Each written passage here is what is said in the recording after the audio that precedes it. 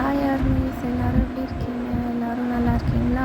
இன்றைக்கி நம்ம என்ன வீடியோ பார்க்க போகிறோன்னா அன்எக்ஸ்பெக்டட் மேரேஜ் எபிசோட் 2 தான் பார்க்க போகிறோம். வாங்க பார்க்கலாமா? குட்டியாக ஒரு ரீகேப் பார்த்துடலாமா? லாஸ்ட் எபிசோடில் என்ன நடந்துருந்துச்சுன்னா, ஜேகே உங்கள் அம்மாவுக்கு கால் பண்ணி வெட்டிங் டேக்கு விஷ் பண்ணியிருந்திருப்பாரு. அப்படியே ஒயின் கிட்ட கொடுங்க ஆண்டி பேசணும்னு சொல்லியிருப்பாரு. உங்கள் அம்மாவும் உங்களை கூப்பிட்ருப்பாங்க. அதோடு தான் ஸ்டாப் பண்ணியிருந்தேன். இப்போ ப்ரெசண்ட்டில் என்ன நடக்குதுன்னு பார்க்கலாமா? உங்கள் அம்மா கூப்பிட்ட உடனே நீங்கள் குடுகுடுன்னு ஓடி போய் ரெஸ்ட் ரூம் டோரை லாக் பண்ணிக்கிட்டீங்க. ஏன்னா உங்களுக்கு ஜேகே கிட்டே பேசுகிறதுக்கு விருப்பமே இல்லை. ஆனால் உங்கள் அம்மா ஃபோர்ஸ் பண்ணி ஃபோன் கொடுத்துருவாங்களோ என்னமோங்கிற பயத்துலேயும் ஓடி போய் ரெஸ்ட் ரூமில் ஒழிஞ்சிக்கிட்டீங்க. அவங்களும் ரொம்ப நேரமாக மைண்ட் கதவை துற, ஜேகே உங்ககிட்ட பேசணுமா, கதவை துறமா அப்படின்னு கூப்பிட்டுட்டே இருக்காங்க. ஜேகே லைன்லேயே தான் இருக்காரு. அவருக்கும் மனசு ரொம்ப கஷ்டமாக இருக்குது. நம்ம ஒரு வேளை ஒயினை ரொம்ப கஷ்டப்படுத்துகிறோமோ, அவளுக்கு நம்மளை பிடிக்கலையோ அப்படின்னு அவர் மைண்டுக்குள்ளே நிறைய தாட்ஸ் வந்துக்கிட்டே இருக்குது. இப்போ ஒரு குட்டியாக ஒரு ஃப்ளாஷ்பேக் பார்த்துடலாமா?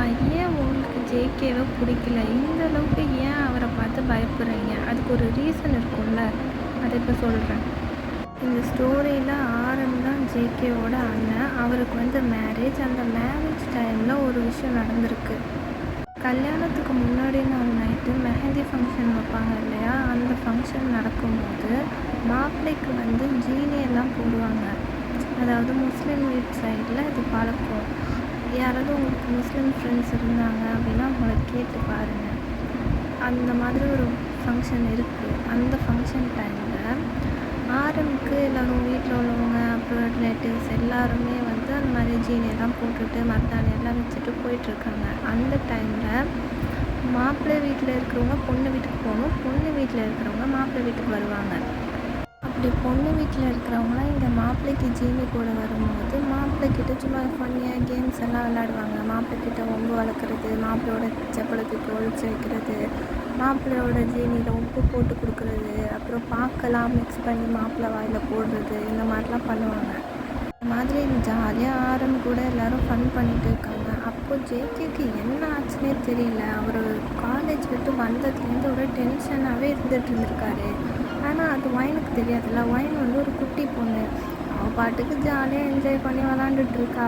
ஒரு பக்கம் என்னென்னா ஒயின் ஜாலியாக அந்த மேரேஜில் இருக்கிற எல்லா ஃபங்க்ஷனையும் என்ஜாய் பண்ணிட்டா. ஃப்ரெண்ட்ஸ் கூடலாம் அலிசா அவங்களோட ட்ரெஸ் ரொம்ப க்யூட்டாக இருக்குடி, ரொம்ப அழகாக இருக்குது, ஹேர் கிளிப்லாம் எங்கே வாங்கினேன் அப்படின்னு அவங்க 2 பேரும் பேசிகிட்டு இருக்காங்க. அதுக்கு அலிசா சொல்கிறோம், ஒயின் ரொம்ப பிடிச்ச கவுன் பிடிச்சிருக்குன்னா சொல்லு, நான் வேணால் உனக்கும் வாங்கி தரேன் அப்படின்னு அவன் சொல்லிகிட்டு இருக்கா.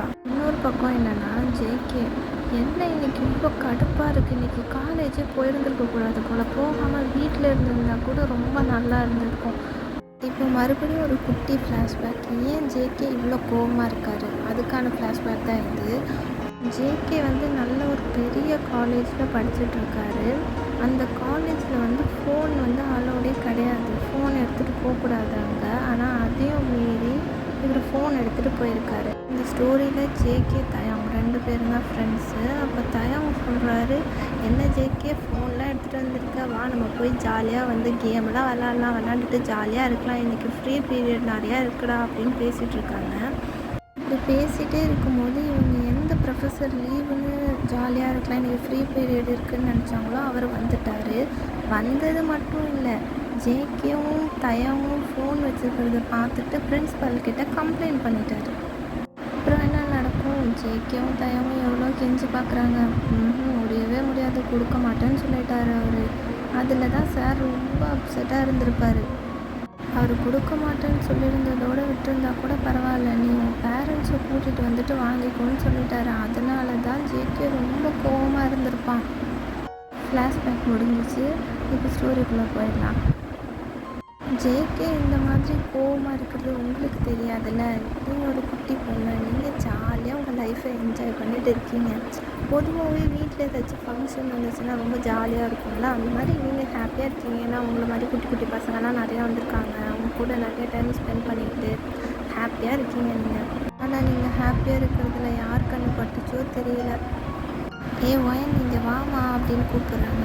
என்னம்மா ஏன் என்ன கூப்பிட்றீங்க? நான் என் ஃப்ரெண்ட்ஸ் கூட விளாண்டுட்டு இருக்கேம்மா அப்படின்னு நீங்கள் சொல்கிறீங்க. இல்லை ஒயன், நீ எல்லாருக்கும் போய் காஃபி கொடுத்துட்டு வரியா? காஃபி கொடுக்குறதுக்கு ஆள் இல்லைம்மா, ப்ளீஸ்மா, அம்மாவுக்கு நிறைய வேலை இருக்குது, இந்த ஒரு ஹெல்ப் மட்டும் பண்ணுறியா அப்படின்னு உங்கள் அம்மா கேட்குறாங்க. என்னம்மா அப்படின்னு ரொம்ப புலம்பிக்கிட்டே சரி கொடுங்கம்மா அப்படின்னு வாங்கிக்கிறீங்க. நீங்களும் காஃபி பிளேட்டை வாங்கிட்டு ஒருத்தவங்கக்கிட்டேயோ கொண்டு போய் கொடுத்துட்ருக்கீங்க. உங்கள் ரிலேட்டிவ்ஸ் தான் எல்லாருமே, அவங்க எல்லோரும் எடுத்துக்கிட்டாங்க. அதுக்கப்புறம் நேராக ஜேகே கிட்ட போகிறீங்க. ஜேகே ரொம்ப யோசிச்சு தலையெல்லாம் வலிக்க ஆரம்பிச்சிருக்கும். சரி காஃபி எடுத்துக்குவோம் அப்படின்னு சொல்லிட்டு ஒரு காஃபி கப்பை எடுத்துட்டு ஒரே ஒரு சிப் தாங்க வச்சுருப்பாரு மனுஷன். குடித்ததும் போதும் உங்களை ஒரே போட்டு அடிக்க ஆரம்பிச்சிட்டாரு.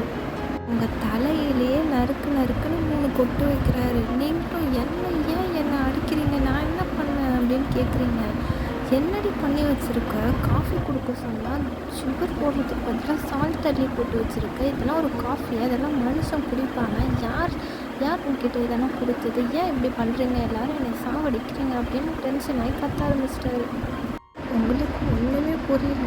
ஏன் இவர் இப்படி கத்துறாரு? நம்ம என்ன பண்ணுவோம்? காஃபி தானே கொடுக்க சொன்னாங்க அப்படின்ட்டு நீங்கள் பாட்டுக்கு முழிச்சிட்டே இருக்கீங்க, அழுதுகிட்டே இருக்கீங்க. அடித்த அடி வலிக்குது உங்களுக்கு. ரொம்ப அழுக ஆரம்பிக்கும். உங்கள் அம்மா, ஜேகேவோட அம்மா, ஜேகேவோட அக்கா, ஆரம்பம் தான் வெளியே வந்துட்டார். ஏன் அழுறா அப்படின்னு சொல்லிட்டு எல்லாருமே வெளியே வந்துட்டாங்க. ஜேகே ஃபஸ்ட்டு ஏற்கனவே ஒரு கோவமாக இருந்தார்.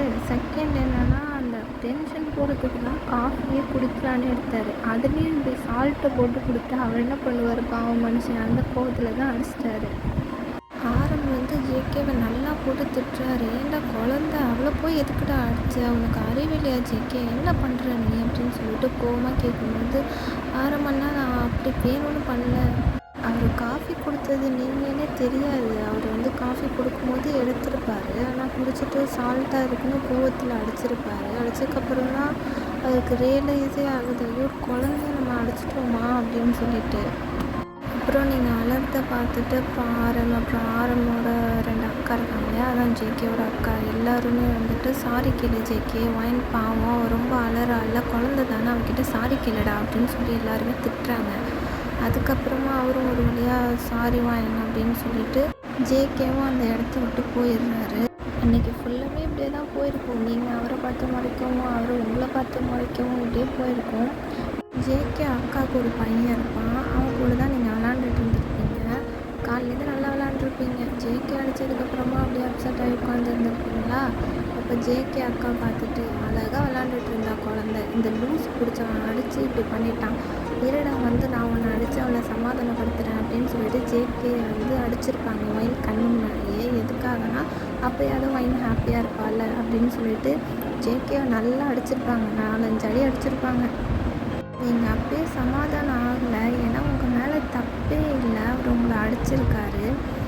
நீங்கள் அது எப்படி உங்களுக்கு உடனே அந்த சாரியை அக்செப்ட் பண்ணிக்க முடியாதுல்ல? நீங்கள் சொல்லியிருப்பீங்க நான் எதுவுமே பண்ணல அப்படின்னு சொன்னப்பையும் அவர் கேட்கல. அப்புறம் ஜேகேவோட அக்கா என்ன பண்ணியிருப்பாங்கன்னா, யார் தான் அந்த காஃபியில் உப்பு போட்டிருப்பா, என்ன தான் நடந்துச்சு அப்படின்னு சொல்லி கண்டுபிடிக்கணும் அப்படின்னு யோசிச்சுட்ருப்பாங்க. பார்த்தா ஆரம்புக்கு ஜீனி போடுறதுக்காக வந்திருப்பாங்க இல்லையா பொண்ணு வீட்டிலேருந்து, அவங்க தான் இந்த வேலையை பார்த்துக்கிட்டு இருப்பாங்க. பொண்ணோட அக்கா, அவங்க மாப்பிள்ளைக்கு போட்டு கொடுத்த காஃபி தான் அது. அதை தெரியாமல் ஒயின் எடுத்துகிட்டு போய் ஜேகே கிட்ட கொடுக்க, ஜேகே அதை குடிக்க, திருப்பி ஒயினை அடிக்க, இப்படி போயிட்டு இருந்திருக்கும். என்ன ரீசன்னே தெரியாமல் நம்மளை டக்குன்னு அடிச்சிட்டாரே அப்படிங்கிறது தான் உங்களோட பாயிண்ட்டு. இதனால தான் உங்களுக்கு ஜேகேவை பிடிக்காது, வேறு ஒரு ரீசனும் கிடையாது. கேட்க கொஞ்சம் காமெடியான சண்டையாக இருந்தாலும் ஒருத்தவங்க மேலே தப்பு இருக்கா இல்லையா, அவங்க பக்கம் என்ன நியாயம் இருக்குது அப்படிங்கிறத கேட்டுட்டு தான் நம்ம முடிவு பண்ணணும். அவசரப்பட்டு முடிவு பண்ணோம் அப்படின்னா இந்த மாதிரி தான் ஆகும். நெக்ஸ்ட் பார்ட் சீக்கிரமாக அப்லோட் பண்ணிடுறேன்டா. இந்த பார்ட் பார்த்துட்டு எப்படி இருந்துச்சுன்னு மறக்காமல் எனக்கு கமெண்ட் பண்ணுங்கள். இந்த வீடியோ உங்களுக்கு பிடிச்சிருந்துச்சுன்னா மறக்காமல் இந்த வீடியோவுக்கு லைக் பண்ணிக்கோங்க, ஷேர் பண்ணுங்கள், சப்ஸ்கிரைப் பண்ணி என்னை சப்போர்ட் பண்ணுங்கள். ஓகேவா ஃப்ரெண்ட்ஸ்? தேங்க்யூ.